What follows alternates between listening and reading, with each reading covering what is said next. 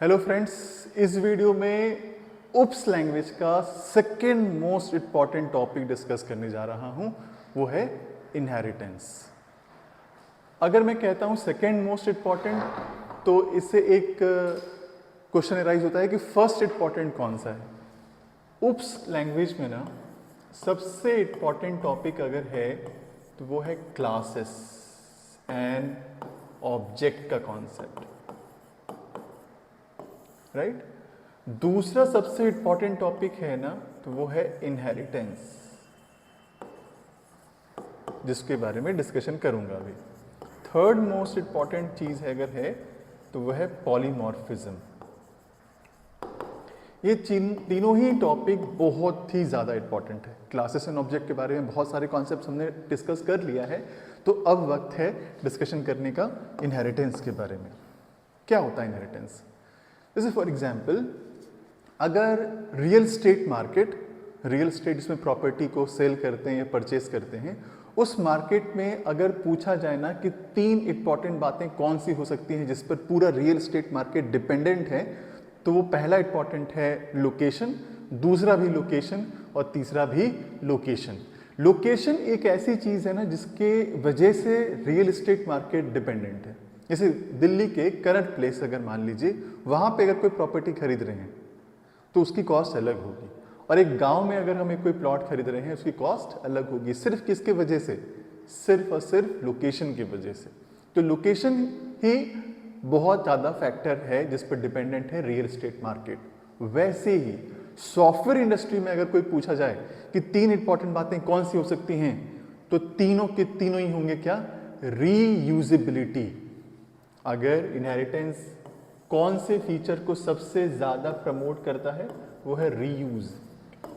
For example ना, अगर हम इस कपड़े को एक बार पहने और फिर फेंक दें, फिर नया कपड़ा ही रोज लेकर के आए, तो हमारा कॉस्ट ऑफ लिविंग कितना बढ़ जाएगा, है ना। हर रोज एक नया कपड़ा पहनना बहुत कॉस्टली होगा। लेकिन हम क्या करते हैं? रीयूज करते हैं। एक कपड़े को पहनते हैं और फिर धो करके फिर दोबारा से फिर से पहन लेते हैं, सालों साल चल जाता है। तो हमारे सोच लीजिए कि 365 डेज अगर हमारा एक शर्ट चल रहा है, तो हम कम से कम अगर 10 दिन भी 20 दिन भी पहन रहे हैं तो 20 शर्ट का जो कॉस्ट है वो हमारा बच रहा है। तो रीयूजेबिलिटी में इतनी ताकत है। और सॉफ्टवेयर इंडस्ट्री में रीयूजेबिलिटी तो बहुत बड़ा फैक्टर है। कैसे? जैसे मान लीजिए कि आप एक सॉफ्टवेयर बनाते हो, आपने 1 साल 2 साल लगा करके एक सॉफ्टवेयर डेवलप किया, उसमें छोटा सा चेंज मान लीजिए करना है, तो क्या हम उसमें छोटा सा चेंज करेंगे तो क्या फिर से बनाएंगे? वो 2 साल का मेहनत फिर से करेंगे? अगर रीयूजेबिलिटी नहीं होता ना, तो हम दोबारा से वो सॉफ्टवेयर को थोड़ा सा चेंज करने के चक्कर में पूरा फिर से डेवलप करते शुरुआत से, स्क्रैच से, जो कि संभव नहीं है। ठीक है। तो रीयूजेबिलिटी एक ऐसा टर्म है जिसके वजह से सॉफ्टवेयर इंडस्ट्री चल पा रहा है। और रीयूजेबिलिटी आता कैसे है? इनहेरिटेंस के वजह से। तो इनहेरिटेंस इतना इंपॉर्टेंट है जिसके वजह से कोई भी बंदा, कोई भी कंपनी सोच सकती है कि अपने आप को फ्लरिश करे, बनाए। कंपनी स्टार्ट करने की कोई सोच सकता है तो सिर्फ किसके वजह से? इनहेरिटेंस की वजह से। अगर कोई, मैं एक और एग्जांपल अगर दूं, फॉर एग्जांपल अगर धीरू भाई अंबानी के घर पे अगर कोई भी बच्चा अगर जन्म लेता है, मुकेश अंबानी लिया, तो लेते ही उसके पास इतनी सारी जो प्रॉपर्टी है वो उसके पास अपने आप इनहेरिट कर लिया उसने। तो इनहेरिटेंस की ये ताकत है। अब इनहेरिटेंस का मतलब क्या होता है? अगर हम कोई पूछें कि डेफिनेशन क्या है इनहेरिटेंस का, तो इसका डेफिनेशन है, जब कोई एक क्लास, ये फॉर एग्जांपल ये क्लास है ए, जब कोई एक क्लास का प्रॉपर्टी और जब एक क्लास का बिहेवियर, जब एक क्लास का प्रॉपर्टी और बिहेवियर जब कोई दूसरा क्लास एक्वायर कर लेता है ना, उसे कहते हैं क्या? इनहेरिटेंस। जैसे फॉर एग्जांपल ए क्लास है और इसके पास अपना कुछ प्रॉपर्टी है, अपना कुछ बिहेवियर है, और वो सारा प्रॉपर्टी और बिहेवियर जब कोई बी क्लास एक्वायर कर लेगा तो उसे कहेंगे क्या? इनहेरिटेंस कहेंगे। अब बोलेंगे एक्वायर करने कैसे करेंगे एक्वायर? तो बहुत सिंपल सा कॉन्सेप्ट है, एक लाइन में एक्वायर हो जाता है। जैसे फॉर एग्जांपल हमने एक क्लास बनाया, राइट, बहुत लंबा क्लास हमने मान लीजिए बनाया, बहुत सारे कंटेंट, बहुत सारी प्रॉपर्टी, बहुत सारे बिहेवियर हमने लिखा। अब पता है जब क्लास ए बी बनाएंगे तो एक कीवर्ड लिखेंगे एक्सटेंड्स, एक्सटेंड्स व्हाट ए। जैसे ही ये कीवर्ड लिखा ना एक्सटेंड्स, इसके एक वर्ड लिखते ही इसकी सारी प्रॉपर्टी, सारा बिहेवियर सब के सब कहाँ जाएगा, बी क्लास के अंदर। तो ये इनहेरिटेंस की पावर है, एक कीवर्ड लिखने से एक क्लास की जितनी प्रॉपर्टी है सब के सब बी क्लास के अंदर अपने आप क्या हो गया, एक्वायर हो गया।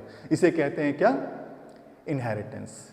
फिर से डेफिनेशन बोल रहा हूं, जब कोई एक क्लास की property acquiring of property and behaviour of one class into another is known as what, is known as inheritance. अब इनहेरिटेंस कितने तरह के होते हैं, इनहेरिटेंस जावा में 4 होते हैं। ऐसे देखा जाए ना, इनहेरिटेंस 5 टाइप्स के होते हैं टोटल। उप्स में 5 टाइप्स के इनहेरिटेंस होते हैं, लेकिन जावा फॉलो करता है 4। एक क्वेश्चन बहुत पूछा जाता है कि जावा क्या 100% ऑब्जेक्ट ओरिएंटेड लैंग्वेज है, तो हम लोग कहते हैं नहीं, नहीं है। क्यों नहीं है, उसमें से बहुत सारे रीजन में से एक रीजन ये भी है कि उप्स लैंग्वेज में 5 टाइप्स की इनहेरिटेंस होने चाहिए, लेकिन जावा फॉलो करता है 4। इसका मतलब है कि एक फॉलो नहीं करता है, इसका मतलब ये कंप्लीट ऑब्जेक्ट ओरिएंटेड लैंग्वेज नहीं है। कौन सा नहीं फॉलो करता है, मल्टीपल इनहेरिटेंस। मल्टीपल इनहेरिटेंस होता है उप्स में, जावा फॉलो नहीं करता है, राइट। तो कौन कौन सा इनहेरिटेंस होता है, एक होता है सिंगल इनहेरिटेंस, दूसरा होता है हिरारिकल इनहेरिटेंस, एक होता है मल्टी लेवल इनहेरिटेंस, और एक होता है हाइब्रिड इनहेरिटेंस। ये 4 टाइप्स के इनहेरिटेंस जावा सपोर्ट करता है, और एक जो सपोर्ट नहीं करता है वो क्या है, मल्टीपल इनहेरिटेंस। ये जावा में सपोर्ट नहीं होता है, लेकिन ये चारों जो है वो सपोर्ट करता है, किसमें, जावा में। तो कैसे इसको एक एक करके मैं इसको ना पहले बता देता हूँ, फिर नेक्स्ट वीडियो पे इसके कॉन्सेप्ट्स बताऊंगा। जब ये जो पेरेंट क्लास है ना, इसको हम लोग जावा में कहते हैं सुपर क्लास, और ये जो चाइल्ड क्लास है ना, इसे कहते हैं सब क्लास। तो जब एक सुपर हो और एक ही सब हो तो उसे कहते हैं सिंगल इनहेरिटेंस। जब एक हो, उसका चाइल्ड हो, फिर उसका भी चाइल्ड हो, जब इस तरह के पैटर्न हो ना, इसे कहते हैं मल्टी लेवल। और जब एक सुपर क्लास हो और मोर देन वन सब क्लास हो, उसे कहते हैं हिरारिकल इनहेरिटेंस। और इन तीनों को मिला करके कैसे भी आप बना दो, कैसे भी बना दो, इसे कहेंगे क्या, हाइब्रिड इनहेरिटेंस। तो ये 4 टाइप्स के इनहेरिटेंस होते हैं जावा में जो सपोर्ट करते हैं, और इसको अब एक एक करके हमें डिस्कस करना है। तो नेक्स्ट वीडियो में डिस्कस करेंगे इसके बारे में। इस वीडियो में इतना ही रखते हैं। Thank you so much.